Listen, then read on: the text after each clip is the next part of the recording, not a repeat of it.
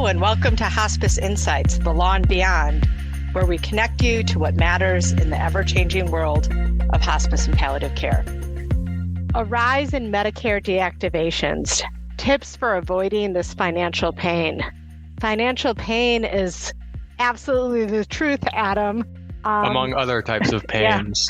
Yeah. This is unfortunately something you and I have been spending a lot of time working on recently. I think I've now lost count. We were counting how many deactivations we've been involved in the last 6 months. I think we stopped counting after 10 or 8 or something. I don't know, but Too many. And I think that this is a right the government has always had, is a right to deactivate. And this is deactivating your Medicare provider number, which is something different than terminating you from the Medicare program. And so it's less severe than getting terminated. However, when you get terminated, you have a ton of due process, right? You get to appeal that decision, you get to do all this. And a deactivation, I mean, there's a rebuttal process that isn't very helpful, right? But most of it is just you have to hurry up and file new 855. And so I guess pick your poison. You don't want either one of these things, but deactivations are the reason why their financial pain is the money dries up, right? Exactly. And so, it's not even cash flow delay necessarily. You won't necessarily get paid for things that potentially during the time in which you're deactivated. But I guess anything new about the law we want to talk about, I mean, we can list that it's in 42 CFR 424.540. Yeah, and everyone goes straight there, all of our listeners. But anything to highlight with the law other than maybe it's just like with all this enrollment stuff and fraud concerns, there's just now enforcement of laws that were on the books, or what do you think, Adam? Yeah, I think that's the gist. Is the law remains the same. It's been on the books. The reasons for being deactivated haven't changed. With, I guess, the small caveat that recently the ability to be deactivated for non-billing was shortened from 12 months to 6 months. And that occurred at the beginning of the year when all of the kind of hospice fraud-related revisions came out. So the non-billing option for deactivation already existed, but it was shortened recently to 6 months. Otherwise, it's remained the same. So, and those reasons are you're not reporting a change, you don't respond to the government when they do the development requests, you're not in compliance, a practice location is not operational. And then if the law hasn't changed, why is everyone getting deactivated? And I think it's like, but now they're actually enforcing these laws. Because I think the problems or errors that people are making are maybe not new ones. It's just that the government is sort of monitoring this like a hawk. Exactly. Yeah, they're looking into how and whether you're reporting your ownership of the hospices, whether you're doing it in a timely manner, and are proactively looking into that sort of thing. And then we've also seen just like a whole round of revalidations pop up recently, which has also prompted some deactivations. But yeah, I think it's greater attention from the government that's just causing them to exercise this right of deactivation that they haven't before. Yeah, and revalidation I think is important because probably half of what we've been dealing with is people sort of screwing up a revalidation, and screwing up has often, at least the first screw up people have had is they didn't respond. So one of the reasons for deactivation is failure to respond to CMS contractor. So when you file your revalidation, you should expect to get an email response from the government confirming they got it. So if you're not getting that right away, and we'll circle back to this in the tips, then maybe you didn't send it to the right email address or it didn't actually go through, but it is, you should be hearing back from people. It shouldn't be, I know many things with government sometimes seem like radio silence. When you submit an update to your 855, like you're updating board members or something, there should be communication back and forth. And so Right. I think that's where, again, what is the reason why people are getting deactivated? Most of the time, it's the failure to respond to the contractor, right? Right, exactly. And so when you submit something through Pecos, you'll get within a matter of seconds an auto-generated email to the contact email address confirming that the submission went through. And you should be able to see the status of that submission on your Pecos application or on your Pecos page too. So those are two places that you can confirm that a revalidation or any other change of information has actually been submitted. And if you're not getting that email confirmation right away, and this, again, we'll run down the tips at the end, but they're going to come up as we talk through the problems, is if you didn't get that email, but you confirm you sent it, then you probably aren't listed. Like the email that's designed to get these notifications is like, oh goodness, who's set up for that, right? Like, Right. Is this going to someone who hasn't been at the organization for 3 years or something? Mm-hmm. Yeah, exactly. And so that's a problem we've seen too, is old email addresses are listed as contact addresses on the application. And so communications are going to something that isn't monitored or to somebody that isn't with the hospice anymore, or to an address that doesn't exist anymore. And same thing with physical letters too. So if you're putting a physical address, sometimes those will get sent to an old, outdated address. And sometimes it's the fault of the provider, and other times it is the fault of the MACs, or it seems to be. They'll send things to addresses that may be out of date, but are listed somewhere on your enrollment information, and kind of without explanation, we'll send it to that address.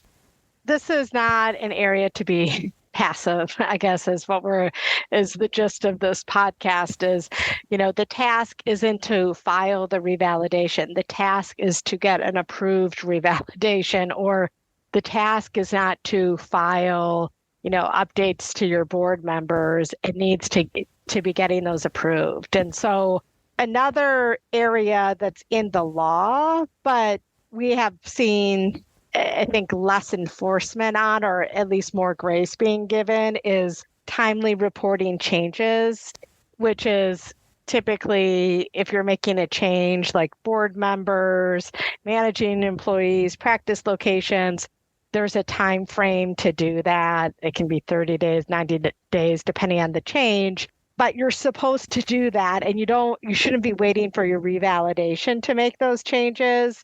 Right. Because essentially you need to keep this information updated. And so if you're not reporting things, that could be also a reason to deactivate.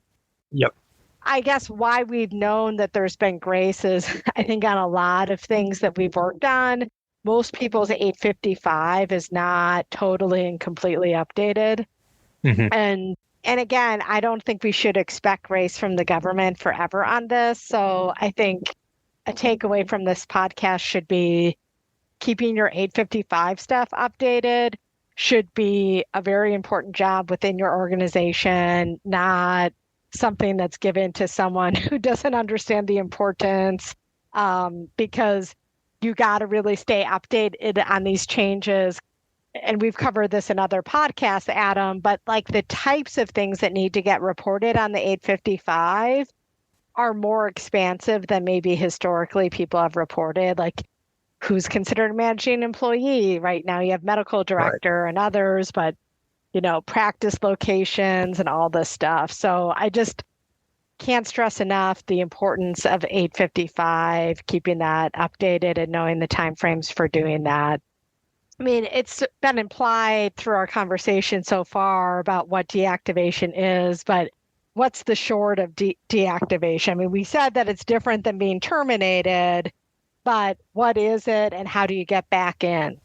Yeah, essentially, deactivation is not termination or revocation of your provider agreement. So you continue to be enrolled in the Medicare program, but during your deactivation, your billing rights are revoked. So you can't submit claims or you can't get paid for claims. And so you don't have to kind of become reactivated.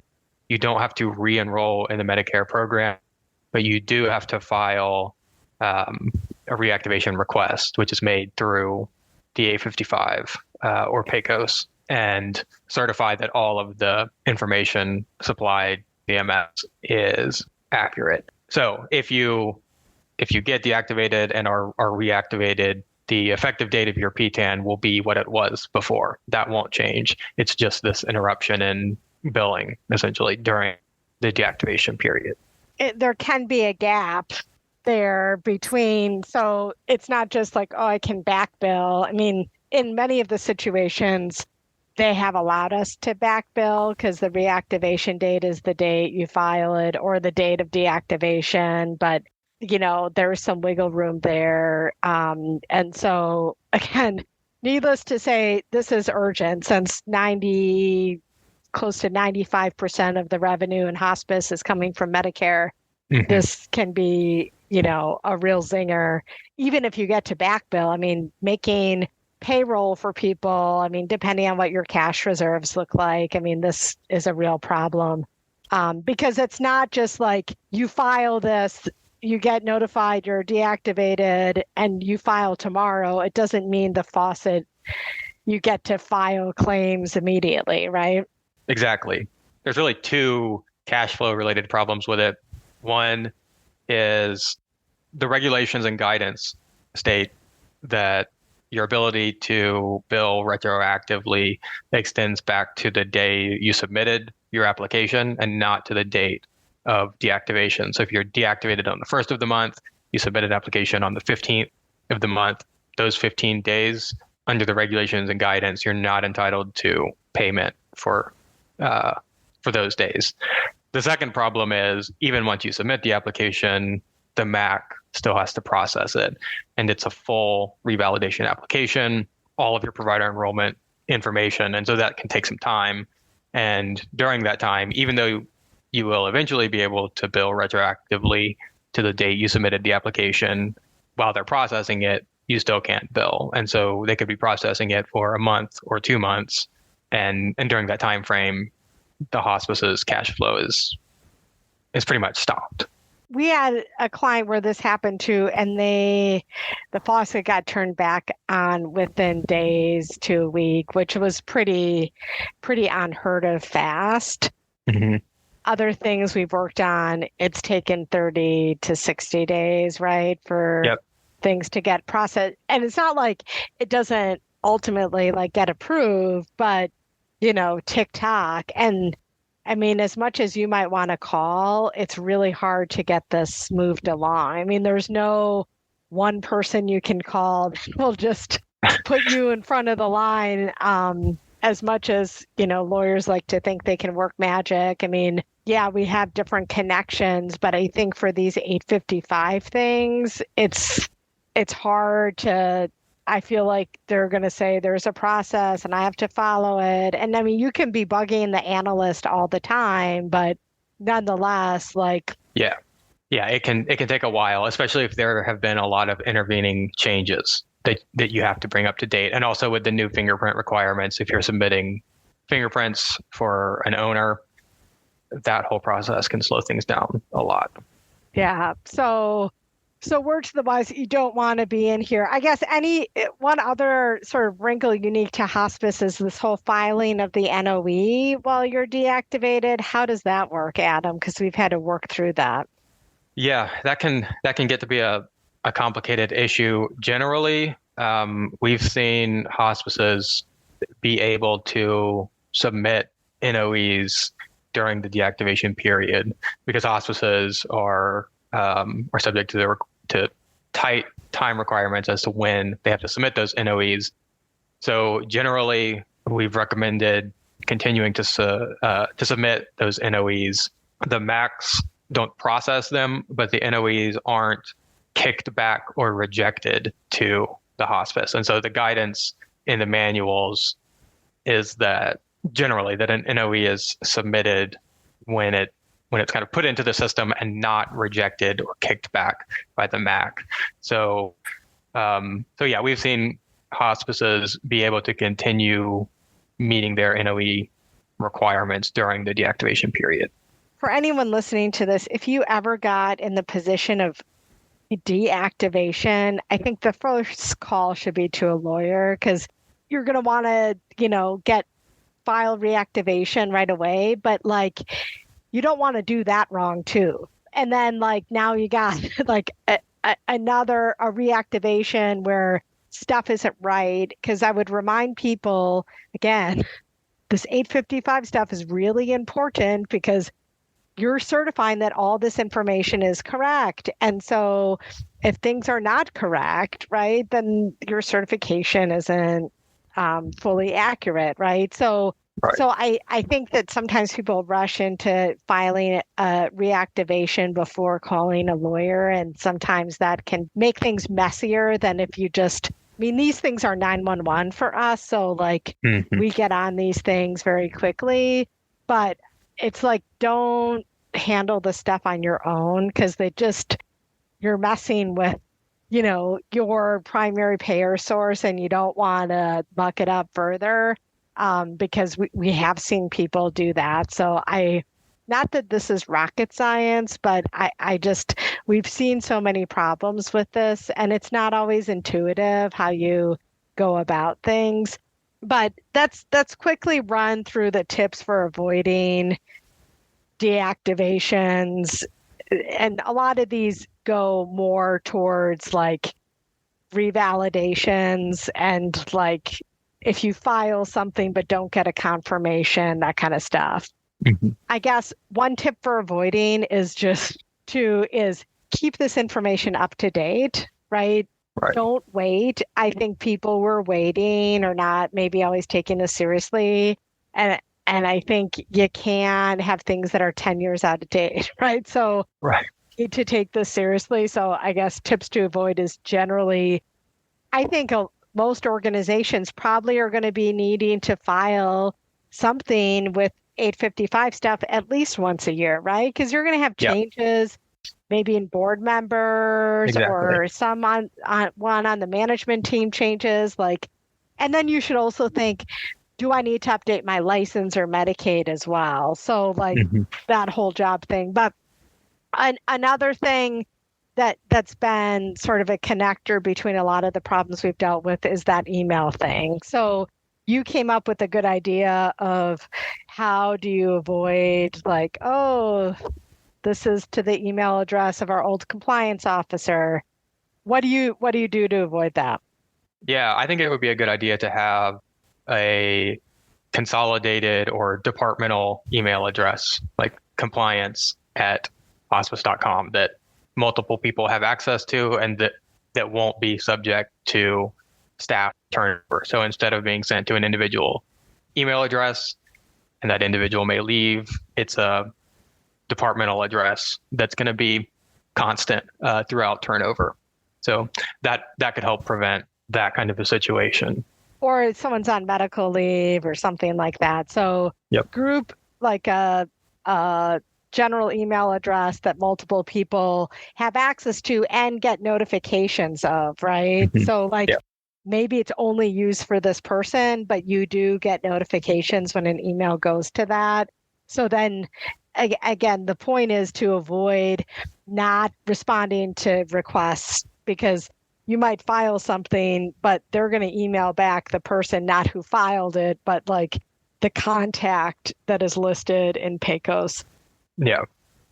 Another thing, and this is sort of good practice in general, I think, is keep copies of everything you file, whether or not you want to take a picture of it, print it out and save it as a PDF and then save it electronically, but actual filings of what I submitted. So then you can track because ideally, yes, they should have this on Pecos, but if you filed some things on paper versus electronically, the paper isn't always reflected in your electronic, right? Right. Yeah. Yep. So copies of, if it's paper submissions, copies of the submission, and also the mailing receipt, proof of delivery, anything like that to document that you sent it and that it was delivered, and dates. Yeah. And again, you should be able to get this on the electronic system, but like I would just keep copies of your actual filings like electronically. Like even if you submit it electronically, there's a way like you can save that, because we've had some people where weird things have happened, where they said we didn't want this unit anymore like 10 years ago, and it's not in our profile, and we have like no record of ever filing anything that ever said that. And Yeah. so, but it's always good to be able to go back to your record and be like, there was no such filing, right? So I think having documentation of all of the correspondence and all of the submissions, I think would be really helpful. So you can go tit for tat, because I think sometimes we've been dealing with situations where we don't really have the proof because it's like, well, I don't know. Yeah. Yeah. It's almost like proving a negative. Yeah, Yeah. Kind of hard to do it retrospectively. exactly. And then because, Adam, you said you do get this immediate confirmation, you look for that, but then you indicated when we were prepping for this, there's a tracker on every Mac has a tracker, so you can watch the progression of your app, whether it's a revalidation or it's reporting a change of information, right? You can track that. Yep, you can. They've got that through their websites, and you can search by PTAN or NPI or tracking number for the application just to see the status. So if you have confirmation of submission and 15, 20 days have passed and you haven't heard anything from an analyst, it would be prudent to look into that tracker to make sure, it's been assigned to an analyst or somebody's processing it. Yep. And obviously people are running into problems. They can always, call a lawyer to help them sort that out. Yep. And I guess the final point, which I probably said like 10 times in this podcast, like this is not an area where no news is good news, right? That is absolutely not the takeaway from this. Right. No news is not good news. No news is bad news, because it means they send something, you're not getting it, or it's taking a long time to process because they have questions, whatever it is. But this is not like sit on your hands and wait for a risk, They never got back to me, because I think sometimes with the government, people might think, well, I didn't hear anything back, I'm sure it's fine, right? It's like, that's actually absolutely the opposite approach you should take. Yeah, you'll get an affirmative response in some manner if they're in receipt of it and processing it. And a final approval of the change, right? Yep. Whatever exactly. it is, if it's a change of information or it's a revalidation, you will get like the final thing that says this has been approved. Yep, exactly. Yeah, so the monitoring and follow-up, like you said at the beginning of the episode, is just as crucial as actually getting it submitted. The goal is approval, not just submission.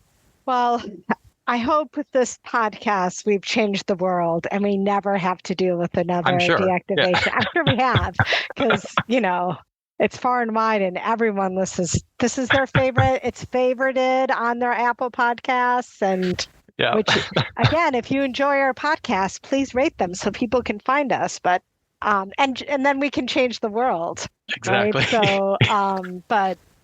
These are just such stressful situations for clients to work through. And I, if we can do anything to help people avoid those problems, I hope this has, because it is like the least favorite conversation I feel like anyone wants to talk about is 855 stuff. But, even as a CEO, this has actually got to be your business a bit. Like, not that you're filing it, but like you have a process in place and, becomes a priority item, because the way things were before is not how the government's handling this now and into the future. And I think it's just going to get much more into the weeds on is everything right and every I dotting, T crossing. Well, hopefully our experience in this area has stopped here and we'll never work on another one. But fingers crossed. So hopefully there'll be no further update to this podcast for the next 10 years. So yep. Anyway, but thanks for your time, Adam. This is really helpful. Yeah, thank you. Happy to be here. Well, that's it for today's episode of Hospice Insights, The Law and Beyond. Thank you for joining the conversation. To subscribe to our podcast, visit our website at hushblackwell.com or sign up wherever you get your podcasts. Until next time, may the wind be at your back.